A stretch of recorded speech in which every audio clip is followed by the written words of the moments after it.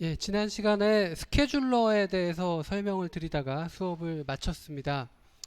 이 스케줄러라는 별도의 이름을 가지고 등장했지만 이거는 이제 운영체제 안에 있는 코드 중의 일부다 이렇게 말씀을 드렸죠. 그래서 스케줄러 중에서 제일 중간에 있는 이 단기 스케줄러라는 게 CPU 스케줄링을 하는 그런 부분이었고, 그 다음에 메모리를 뭐 줄지 안 줄지 결정하는 그런 스케줄러를 우리가 장기 스케줄러라고 했는데, 이거는 이제 프로세스가 시작될 때 승인을 해줄 것인가, 즉 메모리에 올라가는 것을 허락해 줄 것인가를 결정하는 거였는데, 어, 안타깝게도 현대 운영 체제가 장기 스케줄러를 채택하고 있지 않다고 그랬죠. 그냥 실행시키면 바로 일단 메모리에 올라오기 때문에, 그래서 메모리에 일단 올라는 오는데 메모리에 너무 많은 프로그램이 동시에 올라가 있으면 그러면 성능이 대단히 저하된다 이렇게 설명을 드렸죠. 우리가 프로그램을 막 100개를 동시에 띄워놓고 이러면은 어느 하나도 제대로 실행이 안 되고 막 버벅거리게 됩니다. 그래서 그걸 막기 위해서 운영체제가 메모리 관리를 어떻게 하느냐, 당장 필요한 프로그램들은 메모리를 주고 그렇지 않은 것들은 아예 메모리에서 통째로 쫓아내는 이런 방법을 씁니다. 그래서 메모리에 올라가 있는 프로그램의 수, 그거를 뭐라고 부르느냐 하면 디그리 오브 멀티 프로그래밍, 멀티 프로그래밍 디그리라고 부르는데, 그 메모리에 올라가 있는 프로그램 수가 너무 많으면 문제가 있기 때문에 이거를 조절할 필요가 있다라는 거죠. 그래서 이걸 조절하기 위해서 이제 장기 스케줄러는 없지만 여기 보시는 스와퍼라는 거를 두고 있습니다. 그래서 너무 많은 프로그램이 메모리에 올라가 있으면 그 중에 몇 개를 골라서 메모리에서 통째로 쫓아내는 그런 방법을 쓰고 있죠. 그거를 중기 스케줄러라고 부르고, 전에 이 프로세스의 상태도를 여러분들한테 보여드리면서 러닝, 레디, 블럭드 이 세 가지가 있다고 말씀드렸는데, 메모리를 통째로 빼앗긴 프로세스는 그러면 도대체 어떤 상태에 있느냐? 이 메모리를 통째로 빼앗기는 거는 본인이 빼앗기고 싶어서 빼앗기는 게 아니죠. 어떤 외부적인 요인에 의해서 이제 메모리를 다 빼앗기는데, 그런 상태를 우리가 스탑드 또는 이 서스펜디드라고 부른다라고 말씀을 드렸습니다. 그래서 이렇게 메모리를 통째로 빼앗긴 프로세스는 다시 메모리를 얻어야 이제 위로 올라가서 실행이 될 텐데, 그래서 러닝, 레디, 블럭드 이 세 가지 상태를 우리가 액티브 상태라고 부르죠. 이거는 열심히 일을 하는 겁니다. 프로세스가 CPU에서 일을 하든지, 또는 이제 CPU를 원하지만 뺏겼다가 또 CPU를 얻었다가 이런 과정을 반복하든지, 아니면 IO를 하러 가서, 여기서도 이제 뭐 슬립 이렇게 돼 있지만 사실은 CPU만 얻지 못한 거지, 이 블럭드 상태라는 거는 뭐 IO 작업이나 이런 거를 이 프로세스는 계속 하고 있는 그런 상태는 거죠. 그래서 이제 액티브하다는 표현을 쓴 거고, 스스로 이제 열심히 일을 하고 그런 상태인데, 이 아래쪽에 이 서스펜디드 상태를 이제 두 개로 나누어 놓았죠. 블럭드 상태에서 서스펜디드로 들어가는 경우를 우리가 서스펜디드 블럭드, 레디 상태에서 서스펜디드로 들어가는 경우를 서스펜디드 레디 이제 이렇게 부르는 겁니다. 그래서 이 아래쪽에 있는 상태는 이 두 상태 모두 메모리를 통째로 다 빼앗겨서 이제 메모리에 없는 상태가 되겠습니다. 그래서 어떻게 하면 이 위로 다시 올라올 수 있느냐? 외부에서 메모리를 빼앗은 거니까 외부에서 다시 메모리를 줘야 됩니다. 예를 들면 운영체제가 이 멀티 프로그래밍 디그리를 조절하기 위해서 메모리를 빼앗았다. 그러면 나중에 이 친구만 무작정 이제 불이익을 받을 수는 없잖아요. 그래서 나중에 조금 여유가 생기면 다시 위에 액티브한 상태로 올려줄 수가 있고, 또는 뭐 사람이 이 프로세스를 정지시켰다. 그러면 사람이 다시 이 프로세스를 재개해줘야지만 위로 올라갈 수 있는 그런 경우죠. 제가 이 아래쪽에 inactive, 즉 suspended라는 거는 아무것도 못하고 정지된 상태다. 이제 이렇게 설명을 드렸는데 그렇지는 않다는 게 이제 이 여러분들 이 다이어그램을 보시면 아실 수 있을 겁니다. 보시면 이 서스펜디드 상태에서도 여기 보면 화살표가 있죠. 이건 뭐냐 하면은 메모리를 통째로 빼앗겼으니까 컴퓨터 내부에서 뭐 CPU 작업이나 이런 거는 일절할 수가 없습니다. 그렇지만 만약에 이 친구가 IO를 하던 도중에 뭐 디스크에서 뭘 읽어오는 그런 작업을 하다가 서스펜디드로 들어갔으면 그런 IO 작업은 계속 할 수가 있습니다. 그래서 서스펜디드 블럭드에서 왜 블럭드가 됐느냐, IO 때문에 뭐 디스크에서 뭘 읽어와야 된다든지 이런 작업 때문에 블럭드가 됐는데 또 메모리까지 빼앗겨서 서스펜디드가 됐으면 여기서는 IO 작업이 끝났을 때 서스펜디드 레디로 돌아올 수는 있습니다. 그래서 요거 하나는 뭐 블럭드에서 레디로 넘어오는 거하고 동일하게 어떤 오래 걸리는 작업이 끝나면 이쪽으로 넘어올 수는 있지만 기본적으로 이 서스펜디드라는 거는 메모리를 통째로 빼앗긴 거기 때문에 뭐 본인이 직접 다시 액티브하게 들어갈 수는 없고요. 외부에서 다시 그 재개를 시켜줘야지만 이제 위로 올라갈 수가 있는 거죠. 그리고 여기 이제 스왑 인, 스왑 아웃 뭐 이런 표현을 썼죠. 우리가 스왑 아웃이라는 거는 메모리에서 통째로 쫓겨나는 걸 우리가 스왑 아웃이라고 부르고요. 스왑 인이라는 거는 이제 다시 메모리로 들어오는 거, 그걸 뜻하게 됩니다. 여러분들 이 그림에서 전에 그림하고 달라진 부분이 전에 3개만 있는 레디 러닝 블록드 요 그림하고 뭐 뉴나 터미네이티드는 이제 똑같이 들어 있는데 이쪽으로 와 있죠. 그거 외에 이제 달라진 부분이 러닝을 둘로 쪼개놨죠. 유저 모드에서의 러닝과 커널 모드에서 러닝으로 나눠놨습니다. 이게 뭐냐 하면은 어떤 프로세스가 자기 코드를 수행 중이면 뭐 프로세스가 어디를 볼까요?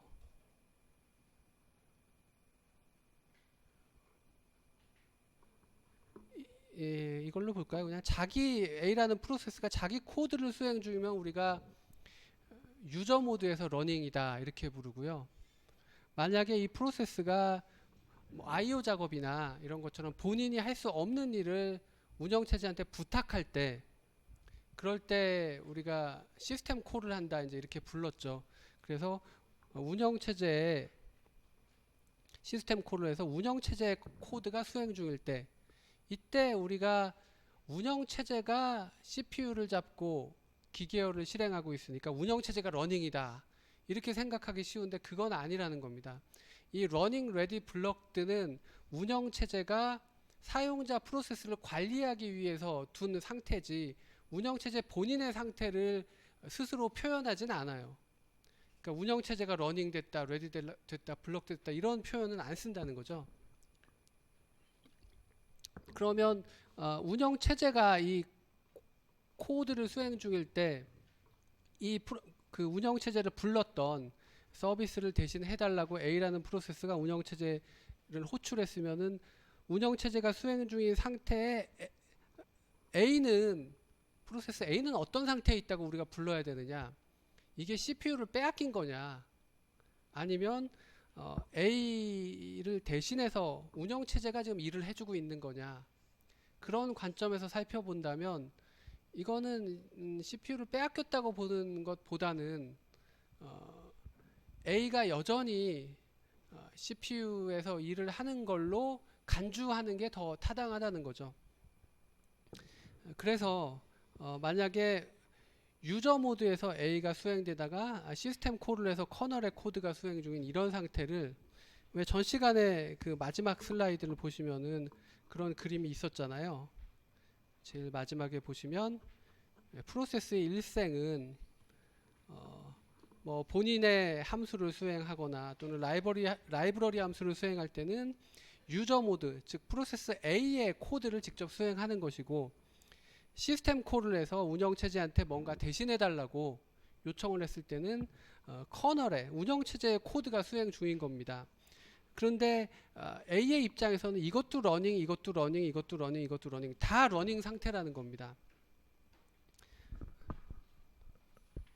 만약에 A가 CPU를 다른 프로세스 B한테 뺏겼다면, 그러면은 이 화살표가 계속 진행되는 게 아니고 여기 어디서 딱 잘리고 다른 프로세스가 CPU를 잡아서 나아가는 거죠. 그래서 여기는 어차피 A라는 프로세스의 일생만 그려놓은 거기 때문에, 그래서 여기는 다 러닝이다, 그냥 이렇게 부르는 겁니다.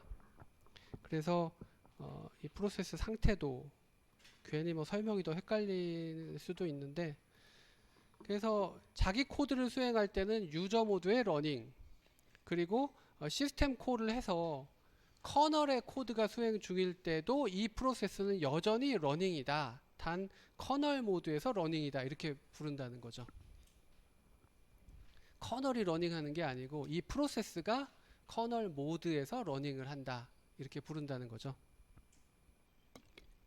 그건 이제 시스템 콜인 경우가 되겠고요. 조금 더 어려운 얘기를 하나 더 해야 될 것 같은데, 인터럽트가 들어오는 경우가 있어요. 그러니까 A라는 프로그램이 돌아가다가, 이거는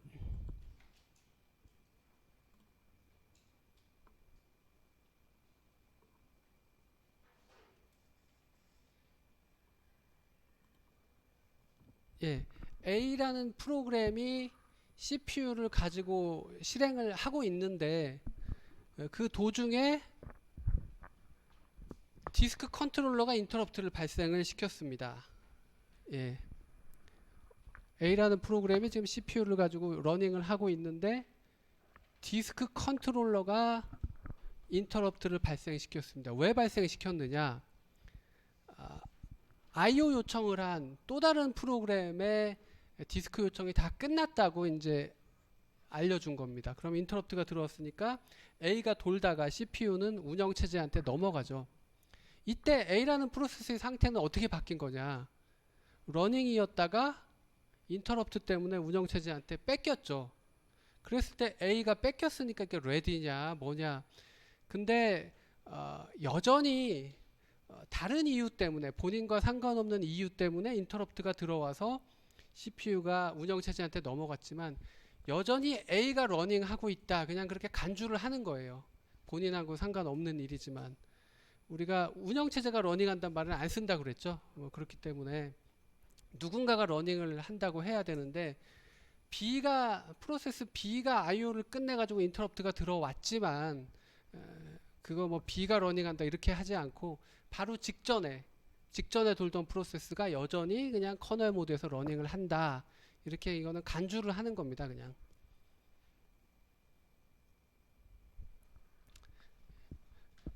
여기서 한 가지 더 소개해드리고 지나갈 게, IO랑 관련된, 뭐 예를 들면 디스크 IO, 디스크에서 뭘 읽어와야 되는 것과 관련된 인터럽트는 하드웨어 인터럽트입니까? 아니면 소프트웨어 인터럽트입니까?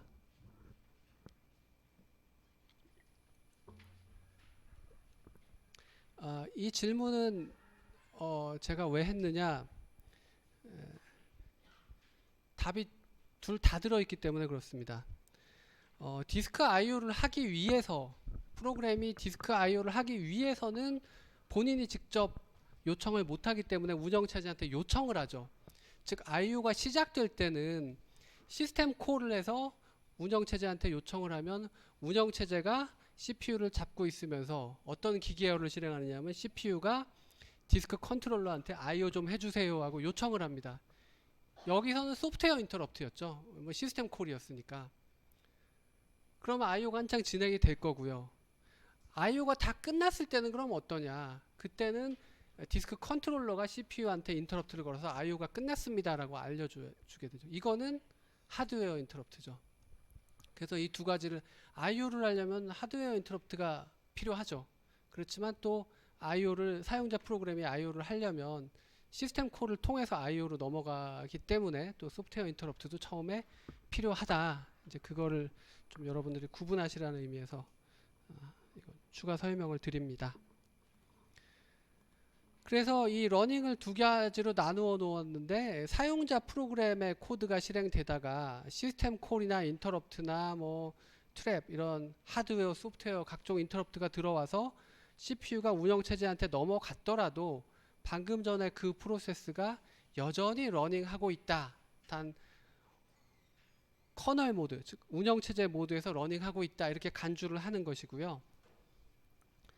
인터럽트 코드를 수행하는 도중에 더 우선순위가 높은 인터럽트가 들어올 수도 있습니다. 그걸 이제 여기 제자리로 도는 이런 화살표로 표시를 한 거고요.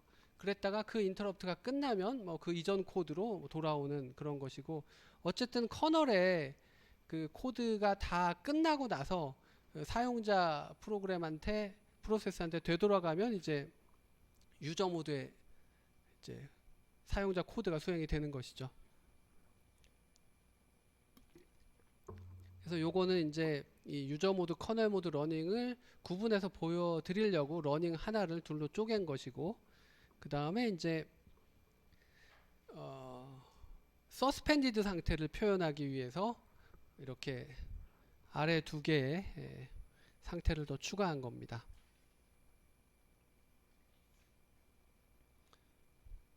그래서 여러분들이 프로세스의 상태도를 그려봐라. 그러면은 이런 시험 문제 같은 게 나왔을 때 어떤 분들은 5개 그리면서 이렇게 5개를 그리는 사람이 있고, 어떤 사람은 이거 러닝을 하나로 묶어보죠. 1개, 2개, 3개, 4개, 5개 이렇게 5개를 그리는 사람이 있고, 뭐 다양한데 제가 생각하는 더 정답은 이 new하고 exit을 빼고 러닝 블럭드 레디에다가 서스펜디드 2개를 그려놓는 게 가장 적합한 그 상태 변화도라고 생각이 됩니다. 뭐 이거는 뭐 교재마다 뭐 좀 다르게 표현할 수는 있겠지만 이게 운영체제를 전공하는 입장에서 맞는 방법이라고 생각이 됩니다.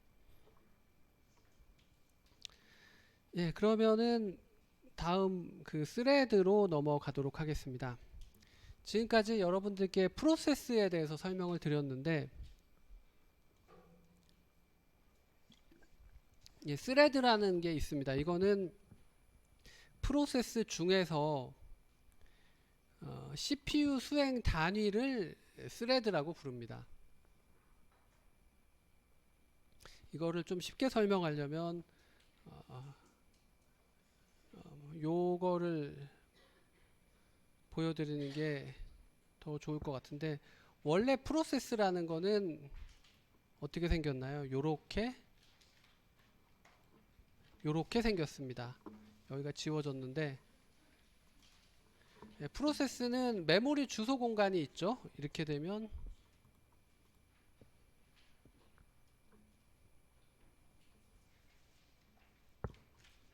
이거를 우리가 프로세스, 이렇게 프로세스의 문맥을 나타내기 위해서 메모리 주소 공간에 코드 데이터 스택이 있고, 운영체제가 이러한 프로세스 하나를 관리하기 위해서 PCB를 하나씩 두고 있죠.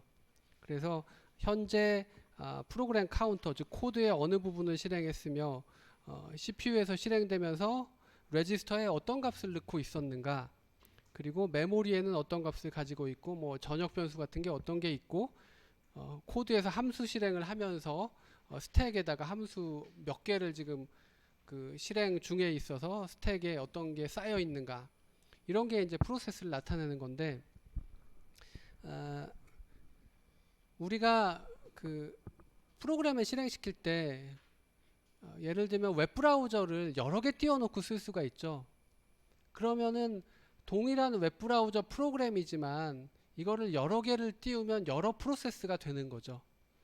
그렇게 되면 각각 띄워놓은 웹브라우저가 각각이 프로세스니까 각각이 코드 데이터 스택을 가지는 메모리 주소 공간이 만들어지고 PCB가 하나씩 만들어질 겁니다.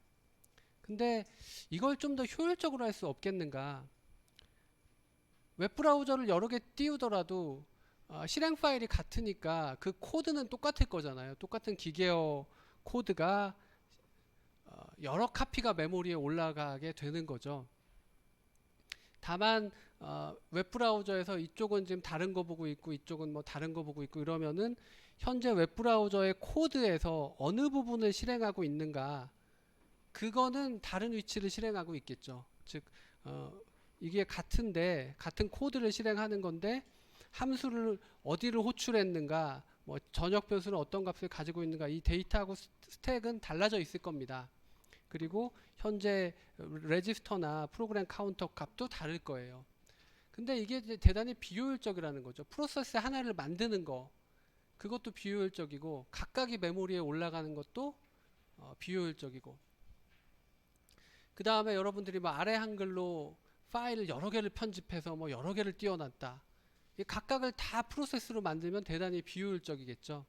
그래서 그렇게 하지 말고 어떻게 하는 거냐면 스레드라는 거를 두는 건데요. 요거는 여러 동일한 프로그램을 여러 개 띄우더라도 프로세스가 한 개가 만들어지는 겁니다. 즉 코드, 데이터, 스택 구조가 하나가 만들어지고, 대신에 각각의 그 여러 개 띄워놓은 것들은 서로 다른 부분의 코드를 실행할 수가 있잖아요. 그래서 그거만 따로 관리를 해주자.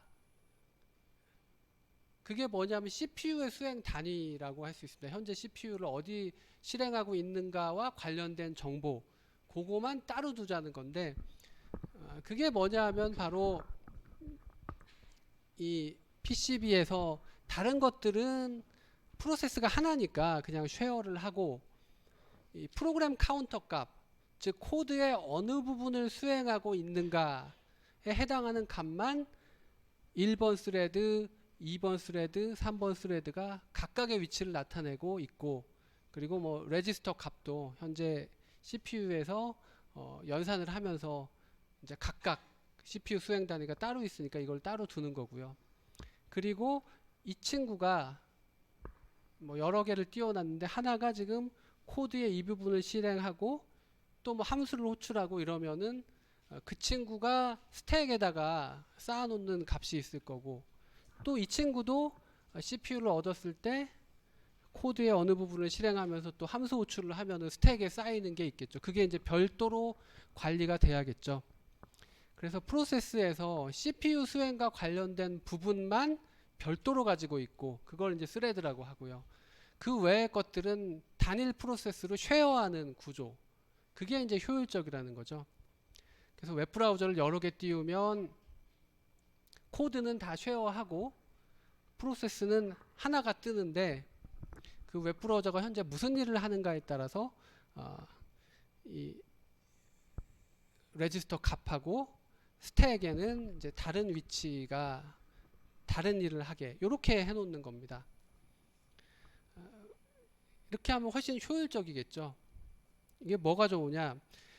프로세스 A에서 프로세스 B로 넘어가는 걸 우리가 뭐라고 했죠? 컨텍스트 스위치. 이거는 대단히 오버헤드가 많은 작업입니다. 컨텍스트를 다 세이브하고 로드하고. 그런데 동일한 프로세스 안에서 스레드 1번으로부터 스레드 2번에게 CPU가 넘어가는 거는 어떠냐? 이거는 뭐 컨텍스트 스위치의 그런 값비싼 오버헤드가 필요 없습니다. 뭐 대단히 효율적으로 수행할 수가 있는 것이죠. 그래서 가능하면 스레드를 쓰면 효율적이고, 뭐 같은 프로그램을 여러 개 띄우는 것 외에도 하나의 프로그램에서도 여러 스레드를 이용해서 우리가 소프트웨어를 만들 수가 있습니다. 그렇게 하면 훨씬 더 효율적인 경우가 있는데, 그거는 조금 이따가 설명을 드리도록 하고요.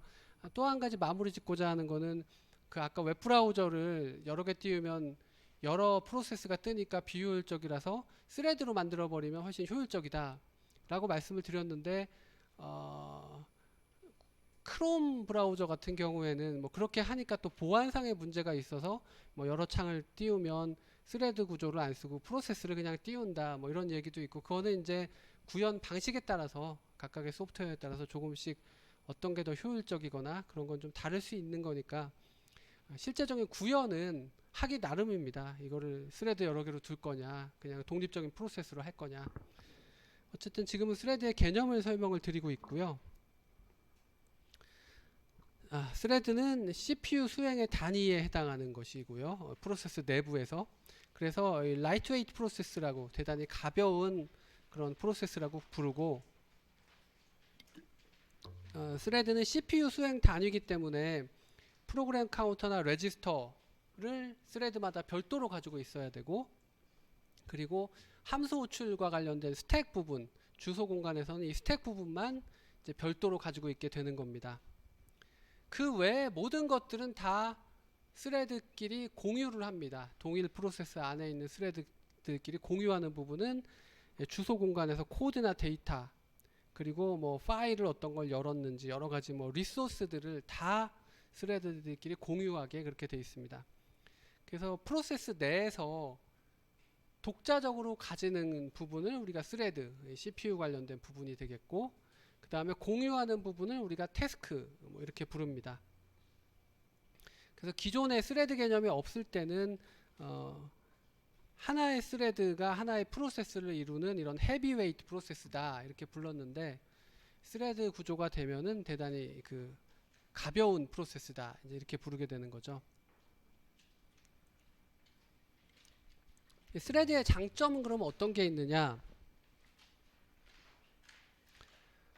이제 첫 번째 거 먼저 설명을 드리겠습니다.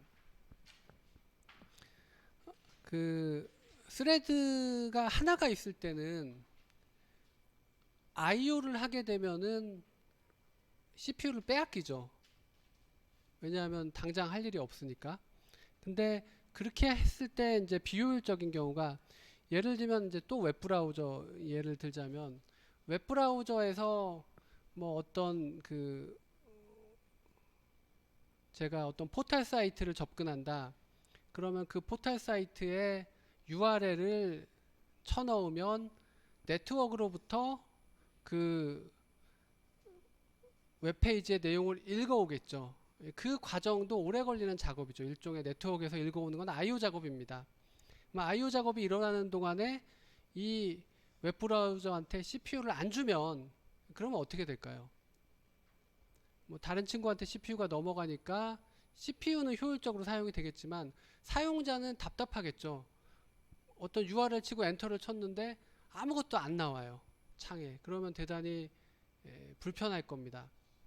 그래서 그렇게 안 하고 네트워크로 웹페이지를 읽어오는 동안에도 화면에다가 당장 보여줄 수 있는 것만이라도 보여주면 훨씬 사람이 느끼기에 더 빠른 것 같이 느껴지죠. 뭐 정확하게 설명을 드리자면 HTML 문서 같은 거를 읽어와서 화면에다가 이거를 표시를 하려고 봤더니 웹브라우저가 내가 HTML 문서를 가져왔으니까 화면에 보여줘야지 봤더니 HTML 안에 텍스트만 있는 게 아니고 그 이미지 같은 게 있어요. 그러면은 그 이미지에 URL이 있죠. 그러면 또 그 이미지를 받아오려고 웹서버에 요청을 해야 됩니다. 그러면 그거를 받아오는 동안에 오래 걸리는 작업이니까 이 친구를 그냥 웹브라우저를 블럭시켜 버리면 화면에 아무것도 안 나오니까 답답합니다. 그래서 그러지 말고 하나의 스레드가 이 네트워크로부터 이미지를 읽어오는 동안에 또 다른 스레드가 당장 화면에 표시할 수 있는 텍스트라도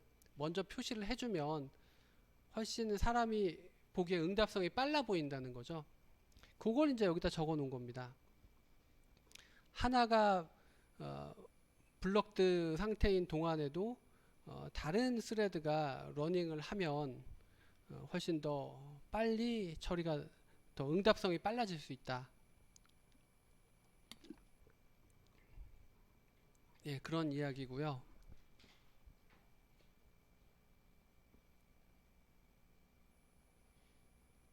그래서 여러분들한테 예전에 비동기식 입출력을 설명드리면서 입출력이 진행되는 동안에 입출력을 요청한 IO를 요청한 프로세스를 블럭드 시키면 그러면 동기식 입출력인데, 그렇게 안 하고 IO가 완료가 되든 말든 이 프로세스가 바로 할 수 있는 일이 있으면 하게 해준다. 즉 CPU 제어권을 바로 넘겨줘서 할 수 있게 하는 방법을 말씀드렸죠. 그게 사실은 스레드가 여러 개 있는 경우에 그게 가능하겠죠.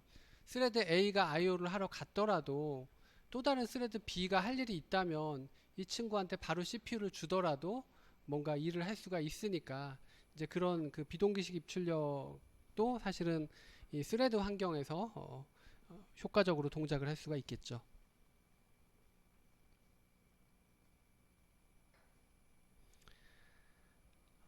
뭐 요 내용은 다음에 나오는 이것도 이미 다 설명을 드린 것 같은데요. 예. 그러니까 PCB라는 거는 프로세스 하나를 관리하기 위한 구조죠. 근데 이 프로세스 안에 스레드가 여러 개 있다면 그러면 이 프로세스에서 스레드에 필요한 정보, 즉 CPU 수행과 관련된 정보만 따로 뽑아서 관리를 한다. 뭐 이런 이야기입니다. 뭐 똑같은 얘기를 다른 그림으로 그려본 겁니다. 뭐 코드 데이터 스택 이거 그림이 좀 전에 그림하고는 이거는 이제 뭐 교재 같은데 나오는 그림이고 이거는 이제 제가 그린 그림인데 뭐 저는 이런 그림을 별로 좋아하진 않는데 어쨌든 여기 보시면 스레드가 여러 개 있을 때는 공유하는 것들은 코드 데이터 그리고 뭐 파일을 어떤 걸 오픈했느냐 이런 것들은 공유하고 있고 스레드마다 별도로 가지고 있는 것들은 CPU 수행과 관련된 레지스터와 그 다음에 메모리 주소 공간 중에서는 스택 요거는 이제 스레드마다 별도로 가지고 있다. 이걸 이제 그림으로 그려 놓은 겁니다. 스레드의 장점이 무엇이냐? 방금 전에 설명드렸죠. 응답성이 빠르다. 하나의 스레드가 뭐 네트워크를 통해서 뭘 읽어오는 동안에 또 다른 스레드가 바로 화면에 뭔가를 보여주면 대단히 그 사용자의 빠른 응답성을 제공하는 효과가 있겠고요. 두 번째는 자원을 공유하는 효과가 있죠. 스레드들끼리는 동일 프로세스 안에 있는 스레드들끼리는 뭐 CPU 수행과 관련된 정보를 제외하고는 모조리 다 공유를 하고 있는 거죠. 메모리도 공유하고 있고 물론 스택은 제외고 그 다음에 여러 자원들도 공유하고 있기 때문에 그것에 의한 효율성이 있고 그 다음에 세 번째는 뭐 똑같은 일을 프로세스 여러 개로 하느냐 아니면은 프로세스 안에 스레드를 여러 개 두느냐에 따른 효과 차이입니다. 프로세스 하나를 만드는 것에 비해서 스레드 하나를 만드는 게 얼마만큼 효율적이냐. 솔라리스라는 이 일종의 유닉스 계열의 운영체제인데요. 여기서는 30배가 효율적이라는 겁니다. 프로세스 하나를 만드는 게 스레드 하나를 만드는 거에 비해서 30배 더 시간이 걸린다. 그런 이야기고요. 동일한 프로세스 안에서 CPU가 A라는 스레드로부터 B라는 스레드로 넘어가는 오버헤드랑 프로세스 A에서 B로 CPU가 넘어가는 그건 컨텍스트 스위치죠. 그 오버헤드를 비교하면은 5배 오버헤드 차이가 난다는 거죠. 뭐 그렇기 때문에 가능하면 뭐 스레드를 쓰는 게 훨씬 그 효과적이다. 이제 그런 이야기를 하는 거고요. 그래서 앞에 세 가지는 일반적인 CPU가 하나 있는 환경에서 그 말씀드리는 거고 마지막에 있는 거는 이제 이 수업에서는 그렇게 많이 다루지 않죠. 이 멀티 프로세서 CPU가 여러 개 있는 환경에서 스레드를 사용함으로 인해서 얻을 수 있는 효과입니다.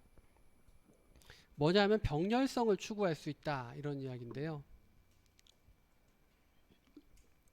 여러분들 뭐 1000 곱하기 1000 이런 대단히 큰 행렬을 1000 바이 1000 행렬을 곱셈을 한다 이러면은 CPU가 하나밖에 없으면 하나씩 한 행 한 열 순차적으로 연산을 해야 될 겁니다.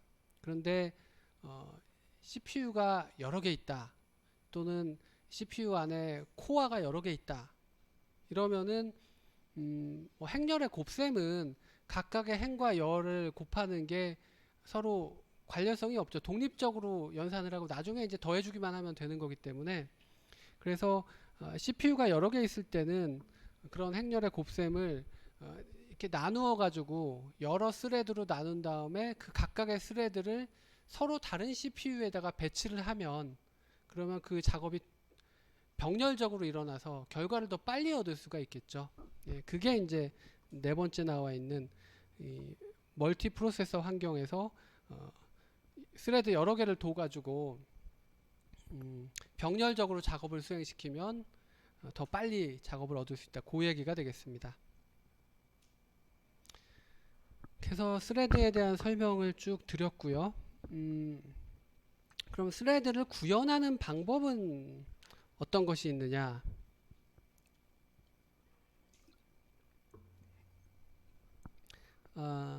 스레드를 운영체제가 아예 알고 있는 경우가 있습니다.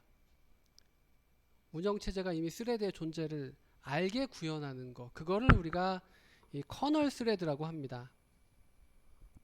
그래서 서로 다른 스레드가 운영체제한테 서로 다른 마치 프로세스처럼 보이기 때문에 운영체제가 CPU 스케줄링 할 때 이번에는 A라는 프로세스로부터 B라는 프로세스한테 CPU를 넘겨야지, 그게 커널이 스레드를 알면 A라는 스레드에서 B라는 스레드로 CPU를 넘겨야지, 이렇게 되는 거죠.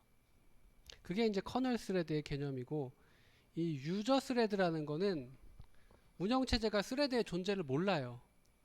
그러니까 사용자가 프로그램을 만들 때 스레드에 기반해서 여러 스레드로 프로그램을 만들었지만 이 겉포장을 잘 해가지고 이제 운영체제가 볼 때는 그냥 하나의 스레드가 없는 프로세스처럼 보이는 거죠.